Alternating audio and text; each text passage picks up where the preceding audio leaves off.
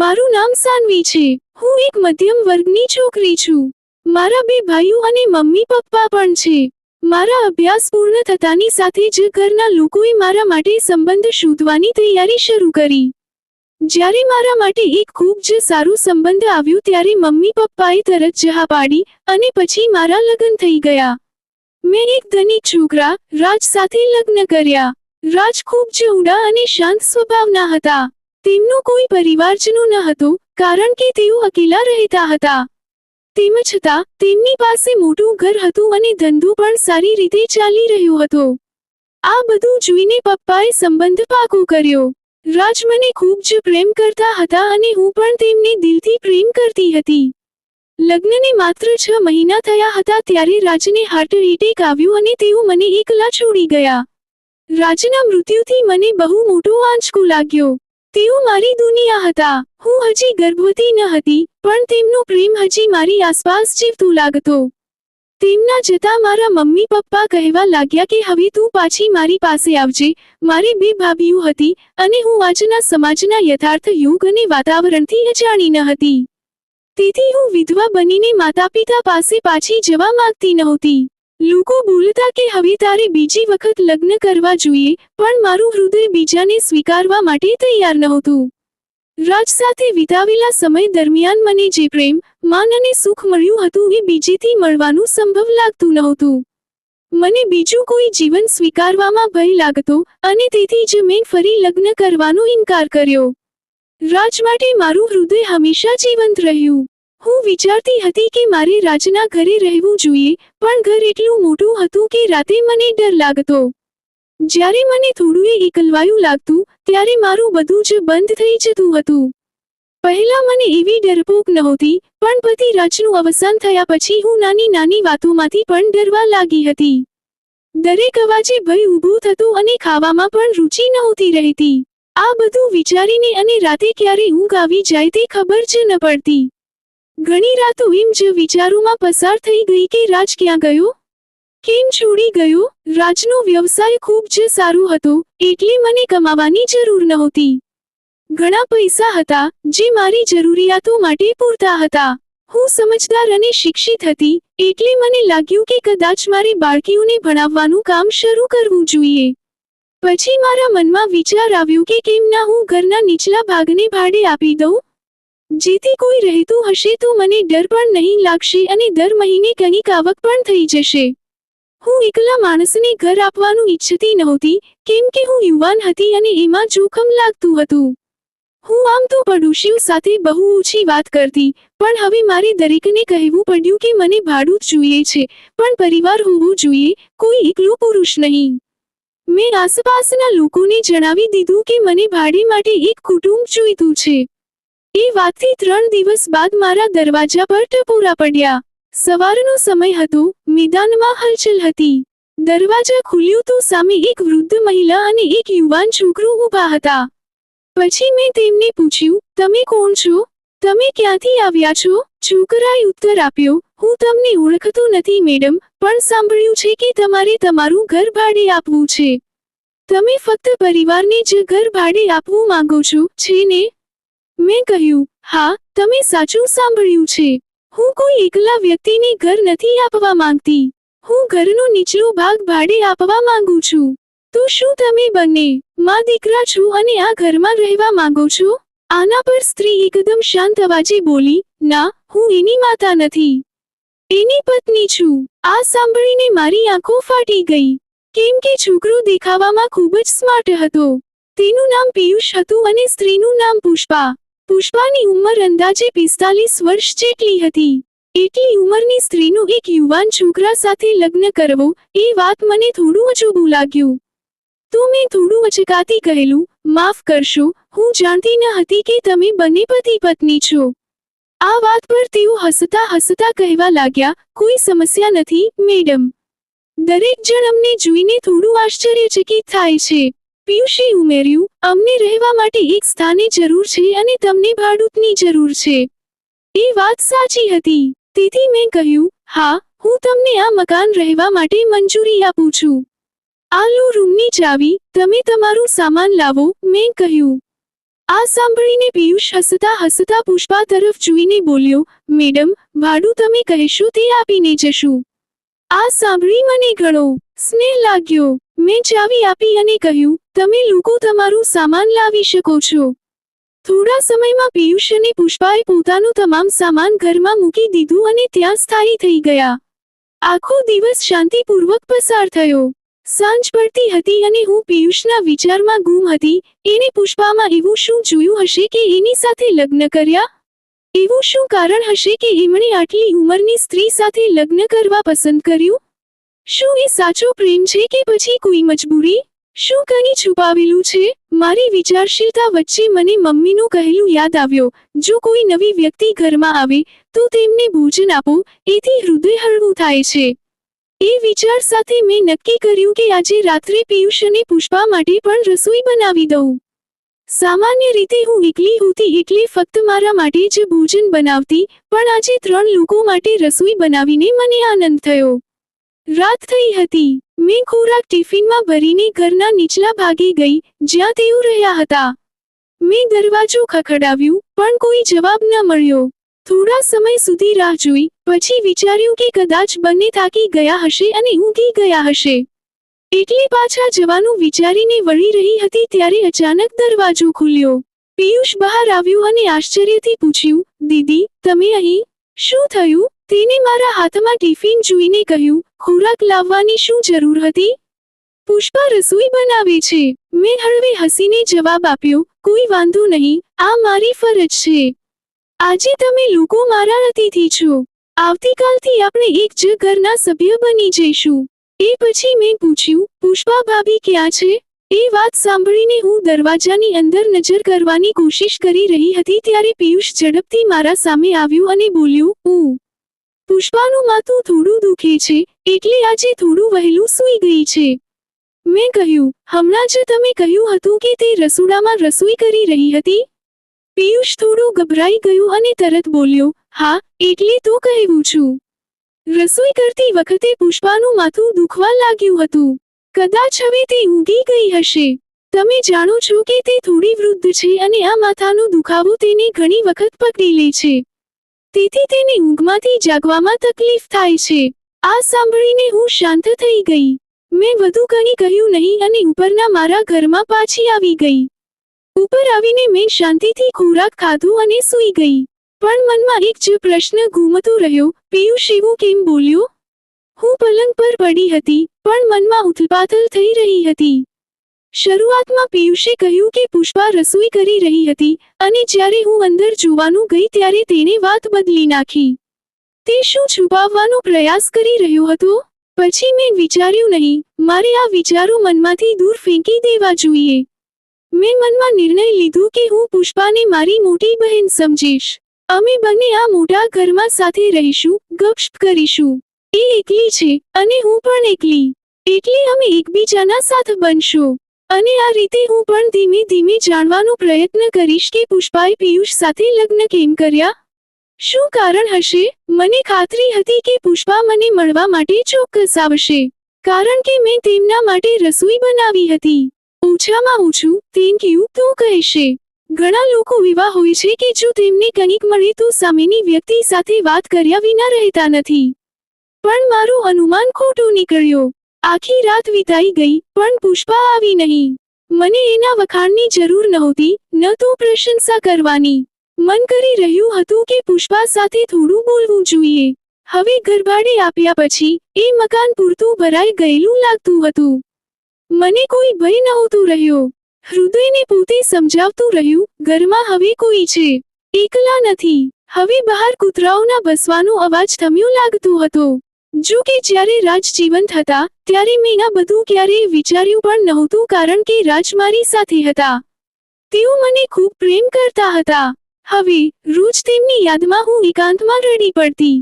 એ જ યાદો લઈને, હું ગાઢ વિચારમાં પડીને ઊંઘી ગઈ હતી. પરંતુ અચાનક મધ્યરાત્રિએ મારી આંખ ખુલી ગઈ. સમજાતું ન હતું કે મારું હૃદય આટલું જોરથી શા માટે ધબકતું હતું. મારી પાસેથી ક્યાંક એક ચીસુનો અવાજ આવ્યો, જેમ કોઈ સ્ત્રી ભારે દુઃખમાં હોય, સહાય માટે કાનિક પોકારી રહી હોય. હવે હું ડરી ગઈ. બંને હાથથી કાન ઢાંકી લીધા, એમ વિચારતા કે અવાજ બંધ થઈ જાય. પણ ચીસો બંધ થવાનું નામ જ નહોતું લેતી. હવે તો મને પરસેવો આવવા લાગ્યો. શું કરું, શું ન કરું, કશું સમજાતું નહોતું. હું કાંઈ કહી શકી નહીં. માત્ર ધ્રુજતી રહી.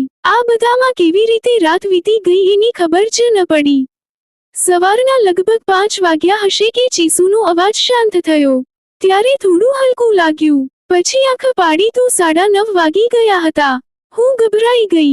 ચા બનાવી, હાથ મૂકી, કપમાં પાડી અને 1 કપ ચા લઈને ઘરની ગેલેરીમાં આવી. ત્યાં મેં જોયું કે પિયુષ શેરીમાં કોઈ સાથે ફોન પર ઊભો હતો અને ઘણી ગંભીરતા સાથે વાત કરી રહ્યો હતો. તેને જોતા એવું લાગતું હતું કે પિયુષ ક્યાંક જઈ રહ્યો છે. જ્યારે તે ફોન પર વાત કરી રહ્યો હતો, ત્યારે તેની નજર મારી તરફ પડી. મને જોઈને તેને નરમાઈથી થોડી સ્મિત કરી અને પછી ત્યાંથી નીકળી ગયો. તેના હાવભાવ પરથી એવું લાગી રહ્યું હતું કે કદાચ તે તેની ઓફિસના કોઈ કામે જઈ રહ્યો છે. એ સમયે મારા મનમાં વિચાર આવ્યો કે પુષ્પા સાથે વાત કરવાની આ એક સારી તક હોઈ શકે છે.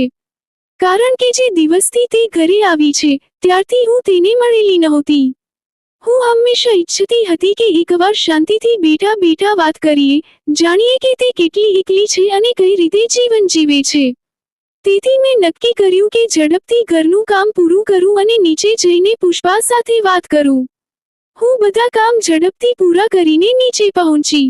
પછી મેં દરવાજો ખખડાવ્યું, પણ કોઈએ દરવાજો ખોલ્યું નહીં. હું થોડી વાર ત્યાં ઊભી રહી અને વિચારવા લાગી, હું કેટલા સમયથી દરવાજો ખખડાવી રહી છું, છતાં કોઈ કેમ બહાર નથી આવતું? એવામાં અંદરથી અવાજ આવ્યો, સાનવી દીદી, તમે છો? આ અવાજ પુષ્પાનો હતો. મેં તરત જ જવાબ આપ્યો, હા પુષ્પા ભાભી, દરવાજો ખોલો. હું છું સાનવી. જ્યારે તેણે દરવાજો ખોલ્યું, ત્યારે તેની આંખો ભીની હતી. તેણે મને અંદર બોલાવીને પથારી પર બેસાડી અને કહ્યું, હું થોડી નર્વસ હતી. સમજાતું નહોતું કે કોઈને અંદર બોલાવવું કે નહીં. એ માટે મેં દરવાજો ન ખોલવાનું પસંદ કર્યું. એ સાંભળીને મેં નમ્રતાથી કહ્યું, પુષ્પા ભાભી, આ વિસ્તાર તમારા માટે નવો છે. અહીં બીજું કોણ આવશે? હું તો નીચે તમારું સ્વાગત કરવા અને થોડી વાત કરવા આવી હતી. તમે એકલી છો, હું પણ. તો ભેગા થઈને વાત કરીએ, થોડું હળવું લાગશે. પછી મેં પૂછ્યું, પુષ્પા ભાભી, તમારી આંખોમાં આંસુ કેમ? ત્યારે તેણે શાંત અવાજે જવાબ આપ્યો, હા સાનવી, મારે શું કહું તને? મેં નરમાઈથી કહ્યું, ભાભી, તમે મને બધું કહી શકો છો. કોઈ સંકોચ રાખશો નહીં. ત્યારે તેણે ધીમે ધીમે બોલવાનું શરૂ કર્યું, મારા પતિ પિયુષને હું પસંદ નથી. તે યુવાન છે અને એને એવું લાગે છે કે એની ઉંમરના પ્રમાણે કોઈ યુવતી જ તેની સાથે હોવી જોઈએ. મારી ઉંમર વધુ છે. મારો ચહેરો પણ એને પસંદ નથી. મને એવું પણ લાગતું રહે છે કે પિયુષનું કોઈ બીજું હશે. એ કોઈ બીજી સાથે છે. એ ફોન પર કોઈની સાથે વાત કરે છે અને જ્યારે હું પૂછું છું તો કટુ વાચા બોલે છે. ઘણીવાર તો મારા પર હાથ પણ ઉઠાવે છે. હું ચોંકી ગઈ. પછી મેં પૂછી લીધું, પુષ્પા ભાભી, તમે બરાબર છો ને? તેને કહ્યું, કહેવા માટે મારી પાસે દુનિયાનું બધું છે, પૈસા, કપડાં. પણ એક સ્ત્રીને જે ખુશી જોઈએ એ નથી. પિયુષ પાસેથી મને પ્રેમ નથી મળતો. માત્ર બિનજરૂરી શંકા અને ત્રાસ. એના શબ્દો સાંભળીને મારું હૃદય ભારે થઈ ગયું. હું કંપતી અવાજે બોલી, પુષ્પા ભાભી, કહો. હું તમને મદદ કરવી છે. હું તમારા માટે શું કરી શકું? પુષ્પાએ થોડી વેદનાથી હસીને કહ્યું, મારા સંબંધીઓએ પણ મને મદદ નહોતી કરી. તો હવે તું શું કરશે, સાનવી? પિયુષ તો મને ઘણીવાર ધમકી આપે છે કે એ મને છોડી દેશે. હવે મારા માટે દુનિયામાં કોઈ નથી. હું તો ફક્ત એટલું ઈચ્છું છું કે તું મારી માટે પ્રાર્થના કર, બસ. બીજું કશું નહીં. હું નજીક ગઈ અને તેનું હાથ પકડીને કહ્યું, પુષ્પા ભાભી, હું તમારી નાની બહેન જેવી છું. તમે મારે બધું કહી શકો છો. અને હા, હું હંમેશા તમારા માટે પ્રાર્થના કરતી રહીશ. આટલું કહીને હું ઉઠીને જવા લાગી. ત્યારે પુષ્પાએ મને અવાજ આપી, સાનવી, એક વાત ધ્યાનમાં રાખજે. તારે આ વાત કોઈને પણ કહેવી નહીં, ખાસ કરીને પિયુષને તો બિલકુલ નહીં. જો એને ખબર પડી ગઈ કે મેં તને કશું કહ્યું છે, તો એ મારા પર ફરીથી હાથ ઉઠાવશે. મેં ભાભીની આંખોમાં જોયું અને શાંતિથી જવાબ આપ્યો, હા પુષ્પા ભાભી, તમે ચિંતા ન કરો. હું પિયુષને કશું નહીં કહું, તમારા પર આંચ પણ નહીં આવવા દઈ. આ કહીને હું મારા રૂમમાં ઉપર આવી. હવે હું પિયુષ પર ખૂબ જ ગુસ્સે હતી. જો તેને પુષ્પા ભાભી પસંદ નહોતી તો પછી તેને પુષ્પા સાથે લગ્ન કેમ કર્યા? આ વિચારો મારી અંદર ગુસ્સો અને દુઃખ બંને ઉકેલી રહ્યા હતા. ત્યારે રાત્રે જ્યારે હું પલંગ પર પડી ઊંઘવાનો પ્રયાસ કરી રહી હતી ત્યારે ફરીથી એ જ બન્યું. એક સ્ત્રીના ચીસો ફરીથી સ્પષ્ટ રીતે સંભળાવા લાગી. એ અવાજ મને ઊંડું ચમકારી ગયો. હું ગભરાઈ પણ ગઈ અને વિચારવા લાગી કે આ શું છે. હવે તો મને લાગ્યું કે મારે આ અવાજ વિશે ચોક્કસ જાણવા જોઈએ. મેં મનમાં નક્કી કર્યું કે ભલેને જે પણ થાય, પણ આ અવાજ ક્યાંથી આવે છે એની શોધ મારે હવે જરૂર કરવી છે. હું ધીમેથી ઓરડામાંથી બહાર નીકળી. બહાર નીકળતા જ અવાજ વધુ સ્પષ્ટ સંભળાવા લાગ્યો. હવે મને ખુલાસો થયો કે આ ચીસો પુષ્પાના ઓરડામાંથી આવી રહી છે. હું એક ક્ષણ માટે અધ્ધર બની ગઈ. મારું હૃદય ધબકવાનું તેજ થઈ ગયું. મને પુષ્પા માટે દયા આવી ગઈ. હવે હું ચૂપ રહી શકે તેમ નહોતી. હું તરત જ ઝડપથી નીચે દોડી ગઈ અને તેમના દરવાજે જોર જોરથી ખટખટાવવાનું શરૂ કર્યું. મેં ઘણો સમય દરવાજો પછાડ્યો, ઘુસાડ્યો, પણ કોઈએ દરવાજો ખોલ્યું નહીં. પરંતુ સૌથી આશ્ચર્યની વાત એ હતી કે મારા દરવાજો ખટખટાવવાથી પણ ચીસો બંધ થઈ નહોતી. તે હજુ પણ આવી રહી હતી. હવે તો અવાજ વધુ ભયજનક લાગતો હતો. થોડીવાર સુધી હું ત્યાં ઊભી રહી, દરવાજો ખટખટાવતી રહી, પણ અંતે થાકી ગઈ. કોઈ જવાબ ન મળ્યો એટલે થકેલા દિલથી હું ઉપરના માળે પાછી ફરી ગઈ. તે રાત્રે પુષ્પાની ચિંતા કરતા મને ઊંઘ જ નહોતી આવી. પછી હું ગેલેરીમાં બેઠી રહી અને વિચારતી રહી કે જ્યારે પિયુષ બહાર જતો જોવા મળશે ત્યારે હું તેને રોકીશ અને વાત કરીશ. સવારના લગભગ સવારે 8 વાગ્યે દૂધવાળો આવ્યો. ત્યારે મેં જોયું કે પિયુષ દરવાજો ખોલી અને ઘરની બહાર જઈ રહ્યો હતો. મેં તરત જ તેને અવાજ આપી.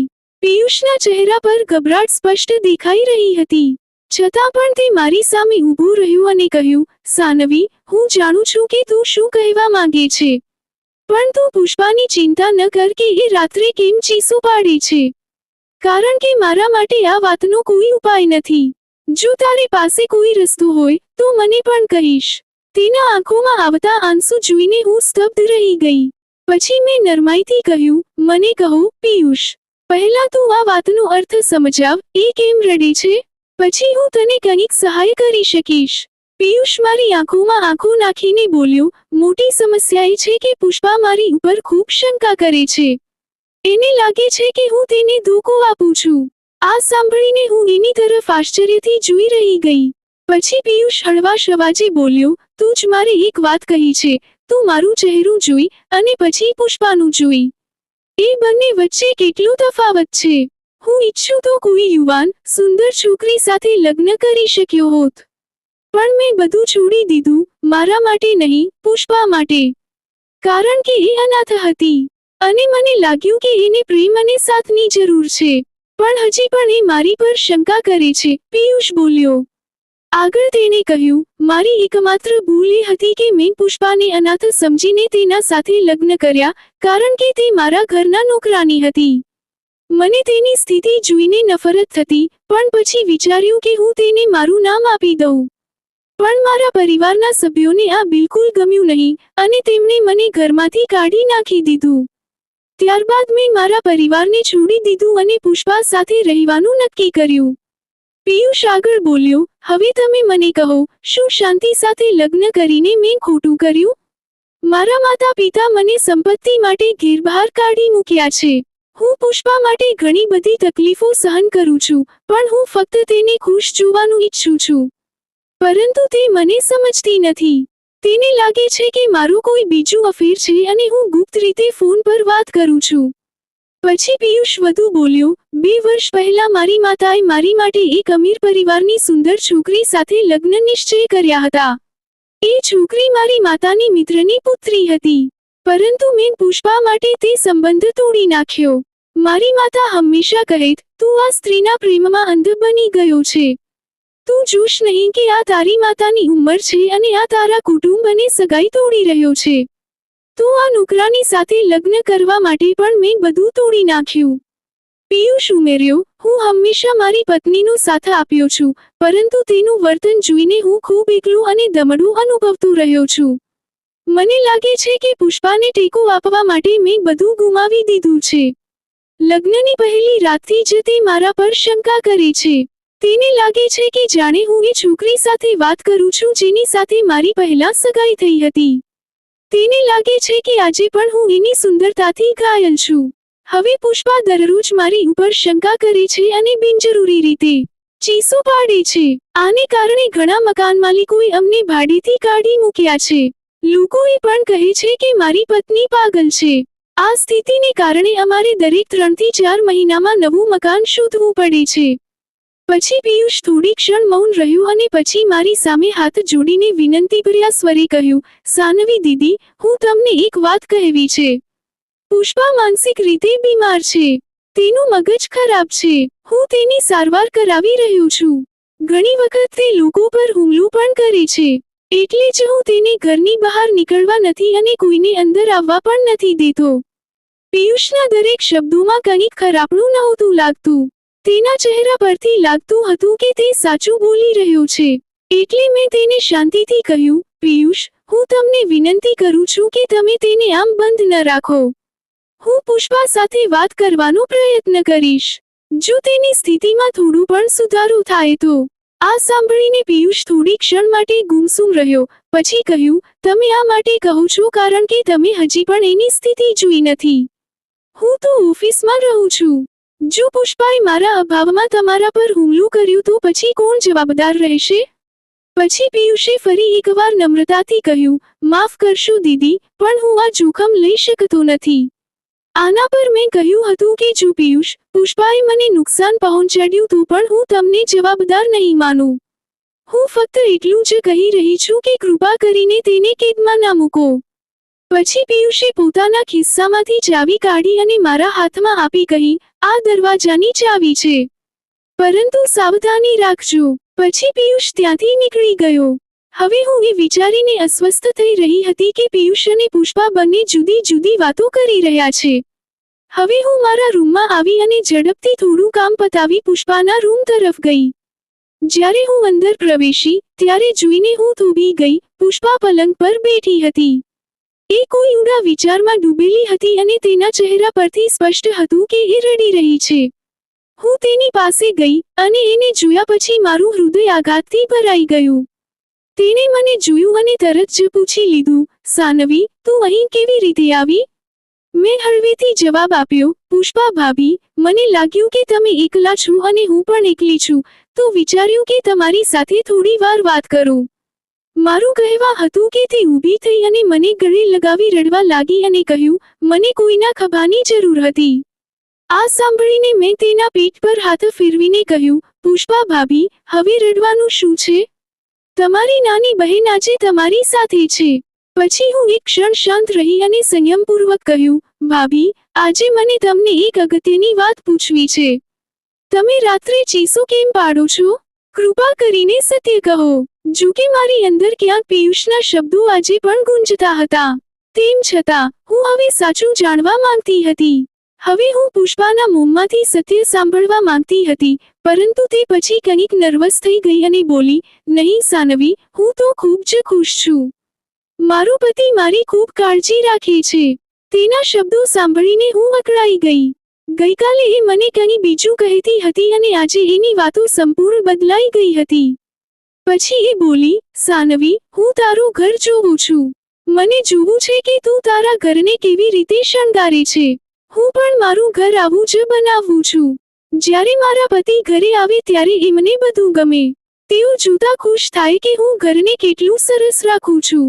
તેની આંખોમાં એક અજાણી અસ્વસ્થતા છુપાયેલી હતી. મેં માથું હલાવ્યું અને કહ્યું, ચાલો, હું તમને મારું ઓરડું અને ઘર બતાવું. પણ મારા મનમાં સતત મૂંઝવણ ચાલી રહી હતી, એવું કેમ કે પુષ્પાનું વર્તન અચાનક બદલાઈ ગયું? જેમ જ અમે ઉપર પહોંચ્યા, પુષ્પાએ અચાનક મારો હાથ પકડ્યો અને પોતાનો હાથ આગળ કર્યો. તેના હાથ પર નિશાન હતા. એને જોઈને હું હકબકી થઈ ગઈ. મેં તરત પૂછ્યું, આ શું થયું છે, ભાભી? પુષ્પાએ ભીના ગળાથી કહ્યું, ગઈકાલે મેં જે વાત કરી હતી, એ પિયુષે સાંભળી લીધી હતી. કદાચ ઘરમાં ક્યાંક કંઈક એવું છે કે જે બધી વાતો રેકોર્ડ કરે છે. તે મારા પર ખૂબ સખત નજર રાખે છે, સાનવી. એટલે જ આજે મેં કહ્યું કે હું ખુશ છું. પછી એની આંખોમાંથી આંખો મળાવતા એ બોલી, પણ સત્ય એ છે કે તે મને રોજ પરેશાન કરે છે. મારી સાથે મારપીટ કરે છે. એ હવે દુઃખથી અંધારાઈ રહી હતી. જ્યારે તું તારા આંખોથી જોઈશ કે મારા પર શું વીતે છે, ત્યારે તું અઘાતમાં જતી રહીશ. જો તને વિશ્વાસ નથી આવે તો મારા રૂમમાં કેમેરો મૂક. હું એના વિશે કંઈ પણ નહીં જાણું. જો તું તેનું રેકોર્ડિંગ કરી શકીશ તો એના વિરુદ્ધ પુરાવો મળી જશે અને હું મુક્ત થઈ જઈશ. હવે એ સંયમ તોડી રડી રહી હતી અને હું ખામોશ ઊભી રહી હતી. મારા મનમાં એક તોફાન ચાલી રહ્યું હતું, જેના પર મેં કહ્યું, ઠીક છે, હું કંઈક કરું છું. છતાં સાચું કહું તો હું ફસાઈ ગઈ હતી. કારણ કે પિયુષ તેના ઉપર આરોપ લગાવી રહ્યું હતું અને પુષ્પા પિયુષ પર, જે હું મોંથી સાંભળી હતી, તેના વિશે લાગતું હતું કે બંને પોતાના સ્થાને યોગ્ય લાગતા હતા. બંને નિર્દોષ દેખાતા પણ લાગતું હતું કે આ સમસ્યામાંથી બહાર નીકળવાનો એક જ રસ્તો હતો. મેં વિચાર્યું કે કેમેરો લગાવીને આ સત્ય બહાર લાવવું જોઈએ. એક માણસ સાથે વાત કરી અને કેમેરા લગાવવાની તૈયારી શરૂ કરી. જ્યારે રાત્રે નીચે ચીસો પાડવાની અવાજ આવતા, તો સવારે પિયુષ મને મળ્યું અને કહ્યું, પુષ્પાનું સ્વાસ્થ્ય ખૂબ જ ખરાબ થઈ ગયું છે. પણ રાત્રે પુષ્પા મને કહે છે કે તેના ઉપર જુલમ વધ્યો છે. હું ઈચ્છતી હતી કે જો પિયુષ ખોટો હોય તો તે ટૂંક સમયમાં સજા પામે અને જો પુષ્પા બીમાર હોય તો તેને યોગ્ય સારવાર મળે. કેમેરા આવવામાં થોડો સમય બાકી હતો. થોડું કામ કર્યા પછી મેં વિચાર્યું કે આજે પુષ્પાને ફરીથી ખોરાક આપી દઉં. આમ તો રાત્રે હું વિધુંજ નીચે જતી ન હોય, પણ આજે મારે જતી હતી. સીડી પરથી નીચે ઉતરતા અચાનક પુષ્પાનો અવાજ મારા કાનમાં આવ્યો, આજે બધી તૈયારીઓ કરી લીધી છે, તેની ચિંતા ન કરો. તે નબળી છે, તેને નિયંત્રણ કરવું સરળ છે. આ સાંભળીને હું પાછળ હટીને ઊભી રહી ગઈ, કેમ કે પુષ્પાનો નવો ચહેરો મારા સામે આવ્યો હતો. પછી મને ખબર ન હતી કે તે દિવસે મારા મનમાં કયા વિચારો ઉઠવા લાગ્યા. મને લાગ્યું કે કદાચ પુષ્પા ખોટી છે. શું તે રાત્રે કોઈને ઘરે બોલાવે છે અને કંઈક ખોટું કરે છે? અને કદાચ ઈરાદાપૂર્વક પિયુષને ખરાબ બતાવે છે? કેમેરો આવવામાં હજુ સમય બાકી હતો, એટલે મેં મારી જૂની મિત્રને બોલાવી કારણ કે તે લેડીઝ કોન્સ્ટેબલ હતી.